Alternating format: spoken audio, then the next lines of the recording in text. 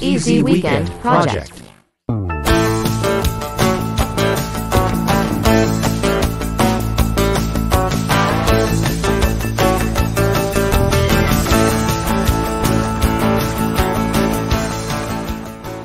Bonjour et bienvenue pour cette 26e leçon d'initiation à la programmation Arduino pour débutants et débutantes. Dans la leçon précédente, nous avions exploré rapidement une façon de contrôler le sens de rotation et la vitesse d'un moteur à courant continu en passant par le double pont H, le L293D, et une carte Arduino Uno. Aujourd'hui, dans la première partie de cette 26e leçon, nous allons poursuivre notre exploration du L293D, mais cette fois en utilisant les deux ponts en H qu'il contient pour contrôler deux moteurs à courant continu. Pour ce faire, et pour une meilleure compréhension, nous allons nous y prendre autrement en réalisant ce nouveau montage qui vise à faire la démonstration qu'il y a plus d'une façon de faire des branchements entre l'Arduino et le L293D. Comme on le voit ici, j'ai déjà commencé à placer les bases de ce nouveau projet, c'est-à-dire une carte Arduino Uno R3, un afficheur LCD de type I2C, basé sur le chipset PCF 8574, une platine d'essai, sur laquelle j'ai placé deux potentiomètres de 250 kΩ que j'ai nommés Speed Control Motor 1 et Speed Control Motor 2 dont les curseurs sont respectivement raccordés aux broches d'entrées analogiques A1 et A2. Comme tu l'as certainement déjà deviné, ces deux potentiomètres seront programmés pour contrôler les deux sorties PWM aux broches D5 et D6.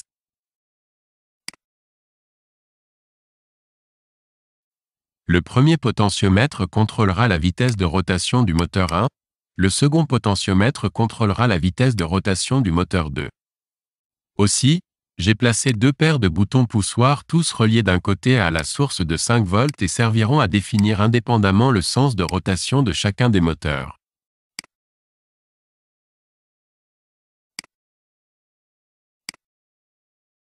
Avant que cette leçon ne débute, j'en étais rendu à brancher l'afficheur LCD et je me suis arrêté après avoir raccordé son alimentation entre la masse et le 5 volts de l'Arduino. Pour la bonne raison que je voulais en profiter pour aborder un point qu'on n'a pas encore vu depuis le début de ces cours d'initiation et qui vaut la peine d'être expliqué. En fait, depuis le début de nos cours, on a souvent eu à utiliser des afficheurs LCD de type I2C. L'un des avantages étant qu'ils n'utilisent que 4 broches de l'Arduino, une broche pour son alimentation en 5 volts, une broche au commun, une broche nommée SDA et une broche nommée SCL. Jusqu'à maintenant, nous savions que les broches SDA et SCL signifient Serial Data et Serial Clock, et nous les avions toujours reliées aux deux broches non identifiées sur l'Arduino mais localisées ici.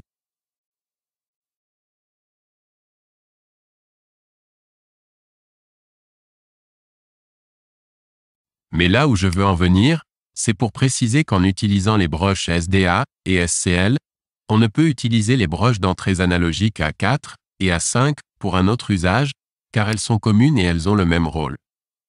Autrement dit, la broche SDA, Serial Data, est commune à la broche A4 et la broche SCL, Serial Clock, est commune à la broche A5. Ainsi, nous pouvons aussi, comme je le ferai ici, relier les broches SDA et SCL aux broches A4 et A5.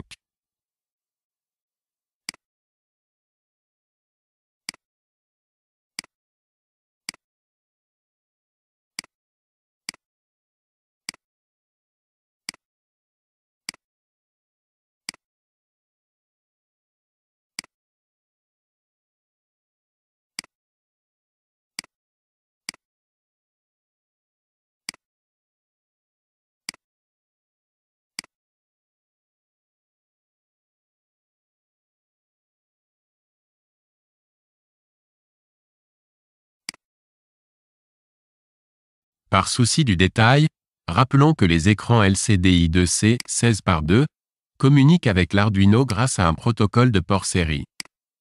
Qu'un autre des avantages de ce type d'afficheur est de pouvoir utiliser jusqu'à 8 afficheurs I2C reliés au même port de communication série et qu'en modifiant leur adresse, on peut afficher des informations différentes sur chaque afficheur. Dans ce projet, j'utilise l'adresse décimale 32, qui correspond à son adresse hexadécimale, 0x20. C'est cette adresse que j'ai précisée en créant l'objet LCD dans l'entête déclarative.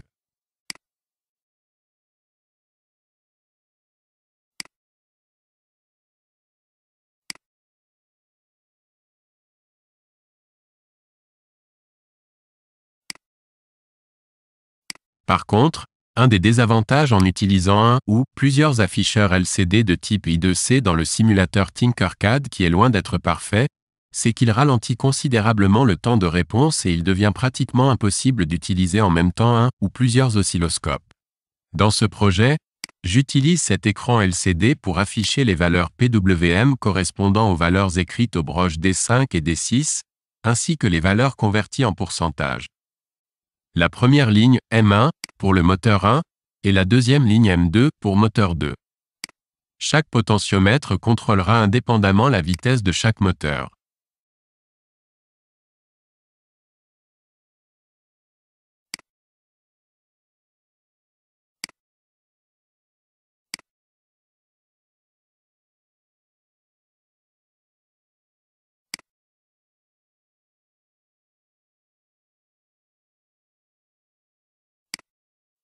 Autrement dit, le premier potentiomètre est programmé pour contrôler la sortie PWM de la broche 5, et le second potentiomètre est programmé pour contrôler la sortie PWM de la broche 6. Pour vérifier si mes branchements et ma programmation sont corrects, je vais temporairement relier un voltmètre à chacune des sorties PWM et voir si les tensions correspondent au pourcentage affiché.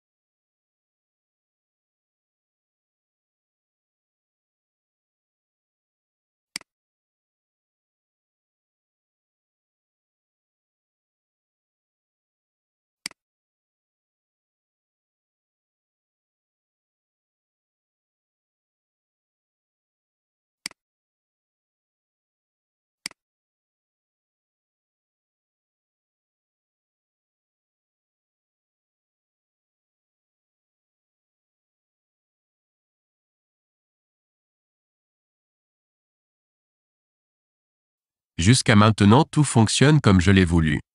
Passons à la prochaine étape qui consiste à relier deux moteurs à courant continu au L293D.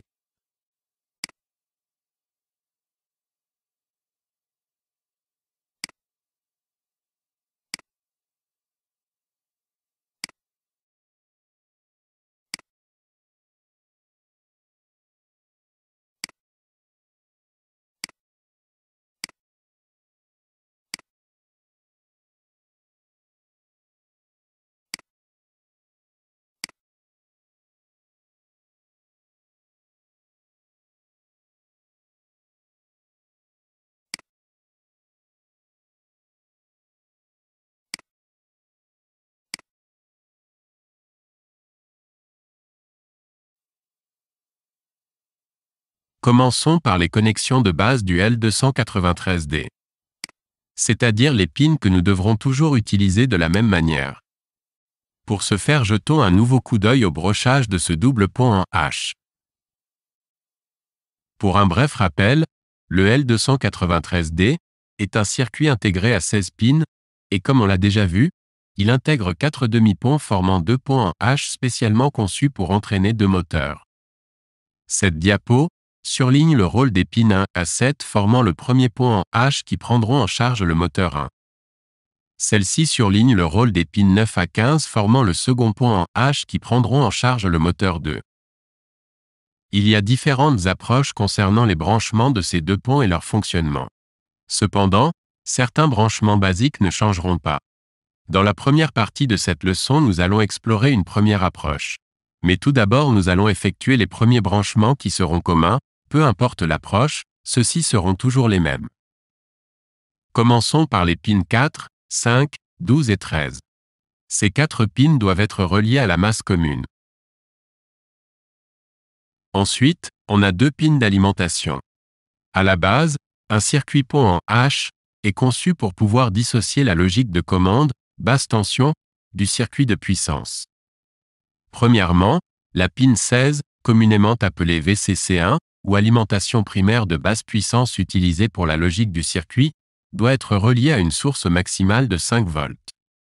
Et la pin 8, communément appelée VCC2, ou alimentation secondaire de puissance servira pour alimenter les moteurs.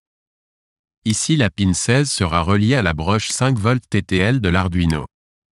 Quant à la pin 8, elle sera reliée à une alimentation externe de 5 à 36 volts.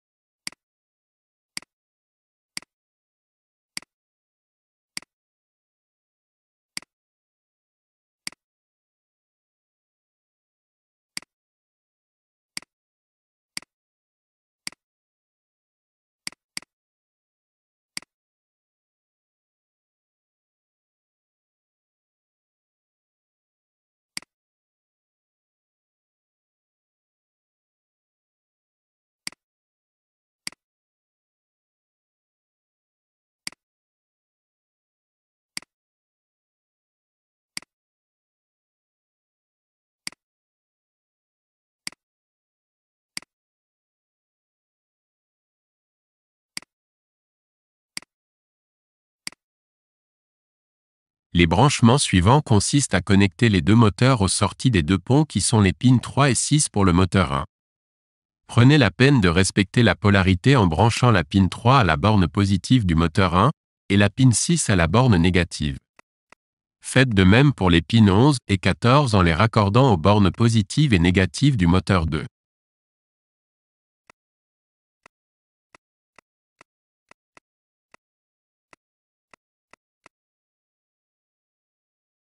Ces branchements que nous venons de voir sont ceux qui ne changeront jamais.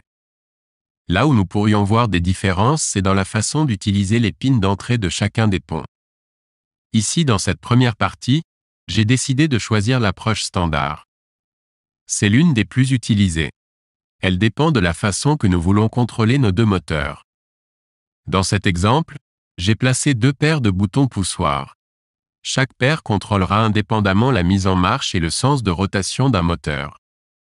Tandis que la vitesse de chaque moteur sera contrôlée par les 2 potentiomètres. Comme on l'a vu un peu plus tôt, les 2 ponts du L293D sont constitués de 2 demi-ponts chacun, ce qui nous offre 4 entrées de commande logique par pont. La pin 1 réunit les entrées 1 et 2 du premier pont. Ici, on s'en servira comme entrée PWM pour contrôler la vitesse du moteur 1.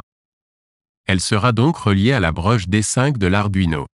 Tandis que la pin 9 réunit les entrées 3 et 4 du deuxième pont et aura le même rôle mais contrôlera la vitesse du moteur 2 en la reliant à la broche D6 de l'Arduino. Ainsi, la pin 1, recevant la tension efficace et variable de 0 à 5 volts pulsés, provenant de la sortie PWM de la broche D5, alimentera les entrées 1 et 2 du premier pont, et de ce fait, contrôlera parallèlement le débit de sortie aux pins 3 et 6 correspondant aux sorties 1 et 2, qui alimentent le moteur 1, avec une tension variable de 0 à 24 volts. Quant à la pin 9 recevant la tension efficace et variable de 0 à 5 volts pulsés, provenant de la sortie PWM de la broche D6, alimentera les entrées 3 et 4 du deuxième pont, et pour sa part, contrôlera parallèlement le débit aux pins 11 et 14 correspondant aux sorties 3 et 4, qui alimentent le moteur 2, avec une tension variable de 0 à 24 volts. Pour terminer ce montage, il ne reste plus qu'à brancher les 4 boutons poussoirs. Avant de le faire, Je crois important de préciser que ces 4 boutons poussoirs sont de type momentané et normalement ouverts. Ce qui veut dire qu'au repos ils ne conduisent pas, ils sont dans l'état low. On doit les presser pour qu'ils passent à l'état high. Et comme ils sont aussi momentanés, cela veut dire qu'ils reviennent à l'état low dès qu'on les relâche. Autrement dit, en plus de contrôler le sens de rotation des moteurs, ils remplissent aussi la fonction marche-arrêt. Ceci précisé, terminons-en avec ce montage. Je raccorderai les 4 boutons poussoirs aux 4 entrées dont le rôle est d'activer le sens de rotation des 2 moteurs. Premièrement, en reliant la sortie du premier bouton à la pin 7.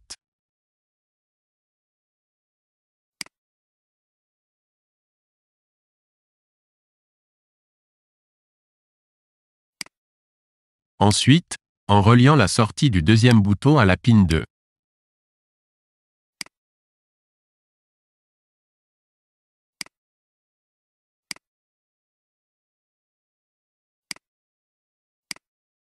Puis, en reliant la sortie du troisième bouton à la pin 15.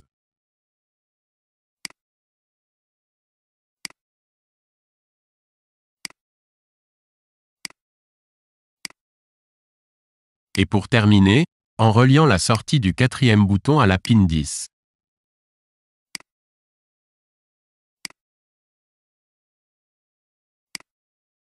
Comme les animations de Tinkercad sont vraiment à chier, surtout lorsqu'il s'agit de capture vidéo et afin de mieux visualiser ce qui en résulte au niveau des 2 moteurs, j'ai décidé d'ajouter 2 voltmètres et les raccorder au moteur.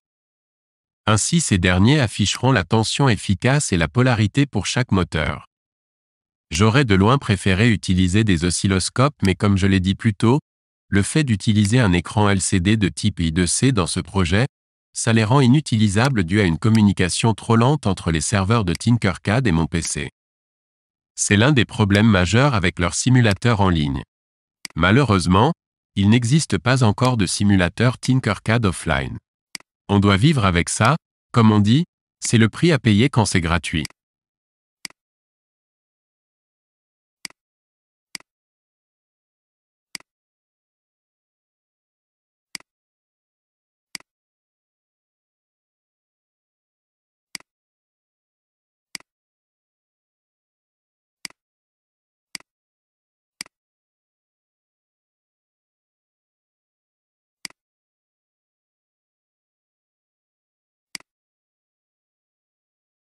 Démarrons la simulation et observons si tout fonctionne comme souhaité. J'aimerais en profiter pour rappeler, comme on le fait pour chaque projet, que si ce projet t'intéresse et que tu aimerais le télécharger, j'ai placé un lien dans la description au bas de cette vidéo. Ce qui te donne aussi accès à toutes les informations concernant la programmation puisque chaque ligne de code est accompagnée de commentaires précisant leur rôle.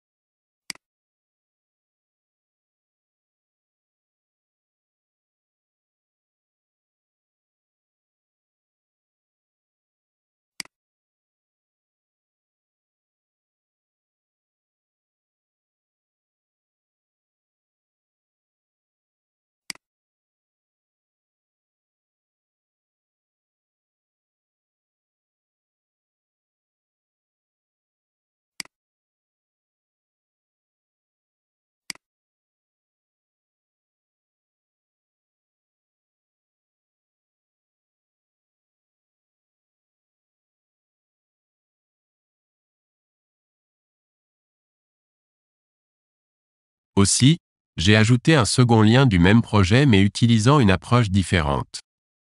C'est-à-dire en remplaçant les 4 boutons poussoirs par 2 interrupteurs à glissière, et en remplaçant l'écran LCD I2C par un écran LCD 16,2 standard, ce qui rend l'affichage plus réactif mais ne permet pas plus d'utiliser des oscilloscopes.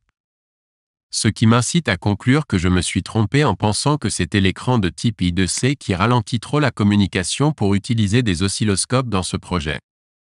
Quoique c'est une réalité. Il n'empêche que le problème persiste même avec un écran standard. Donc j'en conclus que c'est soit que les serveurs de Tinkercad sont trop chargés, soit ma connexion Internet qui est trop lente même à fibre optique, soit que le L293D demande trop de ressources. Aussi désagréable qu'il en soit, au moins ça permet d'explorer la plupart de nos projets. En espérant que cette vidéo t'aura été utile pour en savoir un peu plus sur le L293D, si oui, clique sur j'aime.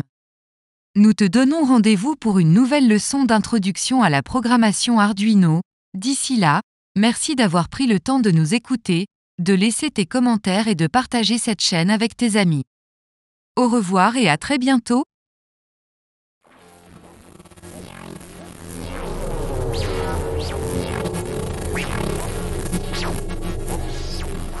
Easy Weekend Project.